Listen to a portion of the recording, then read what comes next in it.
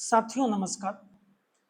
आज की इस वीडियो में हम बात करेंगे कि कोई भी रचना आप जब पढ़ते हैं, कोई भी टेक्स्ट पढ़ते हैं, तो उसमें किन-किन बातों का ध्यान रखना ज़रूरी होता है, क्या-क्या चीज़ें नोट्स कैसे बनानी है। चाहे आप यूजीसी नेट के लिए पढ़ रहे हों, जेआरएफ के लिए पढ़ रहे हैं या असिस्टेंट प्रोफेसर वैकेंसी के लिए पढ़ रहे हैं या टीजीटी, पीजीटी किसी भी एग्ज़ाम के लिए पढ़ रहे हैं, कोई भी रचना आप पढ़ते हैं, कविता पढ़ते हैं, कहानी, नाटक, निबंध, आलोचना वगैरह, तो उसकी नोट्स बनानी कैसे है? ये कई सारे बच्चों का प्रश्न भी होता है अक्सर। कि हम क्या-क्या चीज़ें ध्यान दें नोट्स बनाते समय, क्या इम्पोर्टेंट है, क्या नहीं, हम कैसे समझें, है ना? तो सबसे पहले तो ये है कि आप जिस भी परीक्षा की तैयारी कर रहे हैं, उसका पीवाईक्यू देखें। पीवाईक्यू देखना बहुत ज़रूरी है, उससे हमको ये समझ में आता है किसी भी रचना से या किसी भी सिलेबस से पूछा क्या जा रहा है और कैसे प्रश्न बन रहे हैं। जब आप पीवाईक्यू देख लेंगे तो आपको क्लियरिटी हो जाएगी कि पूछा क्या जाता है ना? जैसे मान लीजिए कि आप कविता है, तो कविताओं से क्या पूछा जाता है? नेट में या असिस्टेंट प्रोफेसर में, आपको पीवाईक्यू देख के पता चल जाएगा, ठीक है? तो ये तो आप अपनी परीक्षा के हिसाब से वो भी देख सकते हैं। लेकिन कुछ चीज़ें हैं जो कॉमन चीज़ें, चाहे कविता में हो, चाहे नाटक में, चाहे निबंध में, सब में पूछी जाती हैं, जो-जो महत्वपूर्ण चीज़ें हैं, उसकी मैं बात कर लेता हूँ एक बार, सारे प्रश्नों पीवाईक्यू के आधार पर ही। जैसे मान लीजिए आपकी कोई भी रचना है, चाहे कविता हो, चाहे नाटक हो, चाहे कहानी हो, उसमें सबसे जो महत्वपूर्ण चीज़ें होती हैं, ये देखना कि जो रचना है वो प्रकाशित कब हुई है, प्रकाशन वर्ष क्या है, ये आपको पता होना चाहिए। आपके नोट्स आप जब भी लिखें तो प्रकाशन वर्ष लिखें। अ, अगर कविता है तो किस संग्रह में प्रकाशित हुई, किस पत्रिका में प्रकाशित हुई थी, कविता है, कहानी वगैरह तो पत्रिका में आई थी, तो या किस संग्रह में है, वो संग्रह कब आया, उस संग्रह में कितनी कविताएँ हैं या कितनी कहानियाँ हैं, ये चीज़ें भी ध्यान देनी है। और संग्रह जैसे लायक चीज़ नहीं, जैसे उपन्यास है, नाटक है, तो कोई बात ही नहीं, वो कब प्रकाशित हुआ, वो आपको पता हो। फिर उस रचना का मूल उद्देश्य क्या है, रचना की मूल संवेदना क्या है, रचना क्या चाहती है, क्या कहना चाहती है, रचना का विषय क्या है, किस विषय पर लिखी गई है, रचना में पात्र कौन-कौन से हैं, पात्रों का चरित्र कैसा है, पात्रों का आपस में संबंध क्या है। जैसे आधे-अधूरे मान लीजिए एक नाटक है, उसमें एक ही पुरुष 4 रोल कर रहा है, तो चारों रोलों का क्या मतलब है, किस-किस चरित्र के व्यक्ति हैं। अक्सर परीक्षाओं में पूछता है जिसमें आधे-अधूरे लगा हुआ है कि कोट पैंट कौन पहनता है, टी-शर्ट पैंट कौन पहनता है, बगला धोती कौन पहनता है, जो भी उसमें आ रहा है, टाई कौन लगाता है, तो ये चीज़ें। क्रम से पूछता है कि पहले कौन आता है, बाद में कौन आता है, ये आपको पता होना चाहिए कि कौन-कौन किस पेशे से जुड़ा है, चरित्र कैसा है उनका, किस टाइप के लोग हैं वो, ठीक है?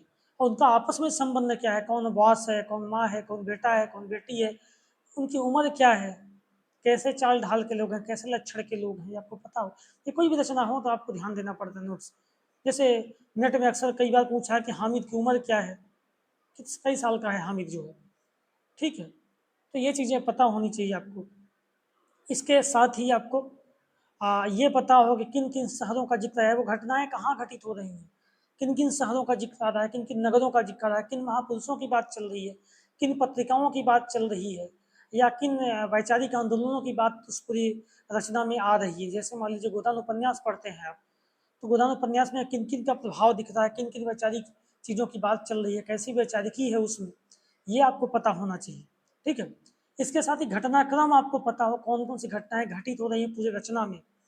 गोदान की हम बात करते हैं, रामलीला मंचन की बात हो या गाय खरीदने की बात हो, फिर गाय को जहर देने की बात हो, गाय मर जाती है, उसके बाद जैसे उसके घर में, होरी के घर में जब नालिश हो जाती है, पूरा डिक्री करवा ली जाती है, सब कुछ, वो चीज़ें हों या उसको डाँट देना पड़ता है, वो चीज़ें हों या उसकी मृत्यु हो जाती है, तमाम घटनाएँ आपको क्रम से पता होना, शिकार खेलने कब गए, तो आपको क्रम से पता होनी चाहिए, खन्ना की फैक्ट्री में आग कब लगी, जो भी चीज़ें हैं।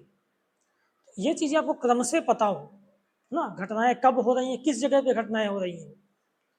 जैसे अक्सर पूछ लेता है सिमरी और बेलारी के बीच गोदान में कितनी दूरी थी, तो किन-किन गाँवों से ज़िक्र है, होरी किस गाँव का था, राय साहब किस गाँव के थे। नाटकों में भी यही चीज़ें हैं। कितने दृश्य हैं किसी रचना में, दृश्य आपको ध्यान देने हैं, अंक ध्यान देने हैं, अध्याय, उपअध्याय, जैसे नाटक है। मान लीजिए कि नाटक अंधायुग हो गया, अंधायुग में 5 अंक हैं जैसे, तो पाँचों अंक आपको क्रम से पता हो, उसमें दृश्य कौन-कौन से आ रहे हैं, बीच में जो आ रहे हैं पंख, पहिए, पट्टियाँ, ये कहाँ आ रहा है, प्रभु की मृत्यु या समापन वगैरह ये सब कहाँ आ रहे हैं।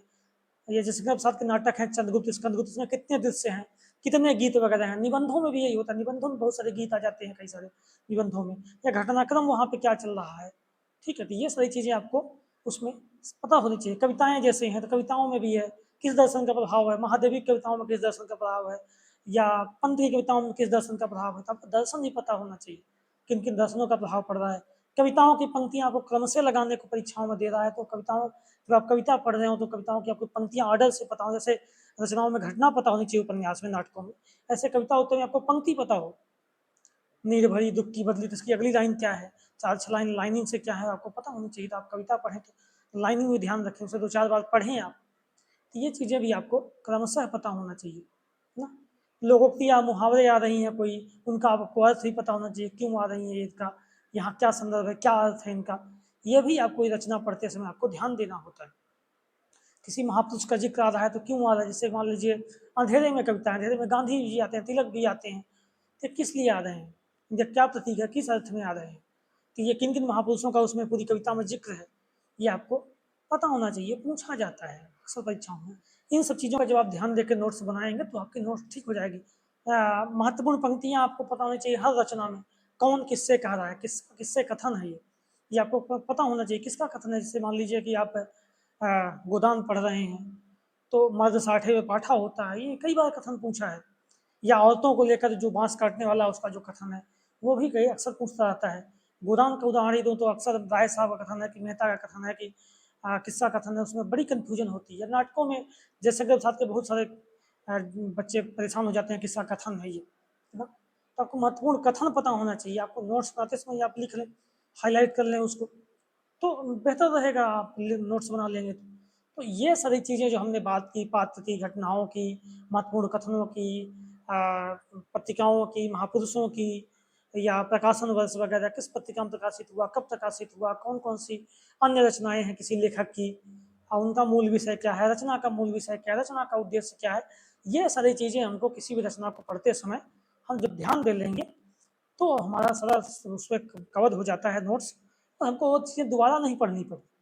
नोट्स बहुत बनाना जरूरी है, कोई भी रचना पढ़ते समय हम एक बार रचना को पढ़ें, उसके बाद उसकी नोट्स बना लें, फिर जब उसको दोबारा एक आध बार फिर पढ़ लेंगे। छोटी रचना है, बड़ी रचना है तो हम पढ़ नहीं सकते चार बार, लेकिन कविता है जैसे, या कहानी है या निबंध, इनको तो हम दो चार बार पढ़ सकते हैं, बड़ी बड़ी रचनाएं नहीं पढ़ सकते। बड़ी रचनाओं के लिए नोट्स और महत्वपूर्ण हो जाता है, नोट्स सबके लिए महत्वपूर्ण है, ठीक है। कविता कहानी पढ़ते समय नोट्स बहुत जरूरी है, और उनमें हम जिन जिन मुद्दों की बात की है अभी, ये सारे बिंदु आपके आएंगे। कोई भी टेक्स्ट पढ़ रहे हो, कोई भी रचना पढ़ रहे हो, ये सारी चीज़ें आपके लिए बहुत ज़्यादा महत्वपूर्ण है कि ये आप नोट्स बनाते समय अपना लिख लें। और इसके साथ मैं अक्सर बार बार कहता हूँ कि आपको रिवीजन करना बहुत ज़रूरी है। जो भी आप रचना नोट्स वगैरह बनाएं, कोई भी परीक्षा हो, आप 10 दिन में एक बार उसको पढ़ के रिवीजन जरूर कर जाएं, उसके बिना आपका कोई काम नहीं होने वाला। रिवीजन बहुत महत्वपूर्ण है, ठीक है।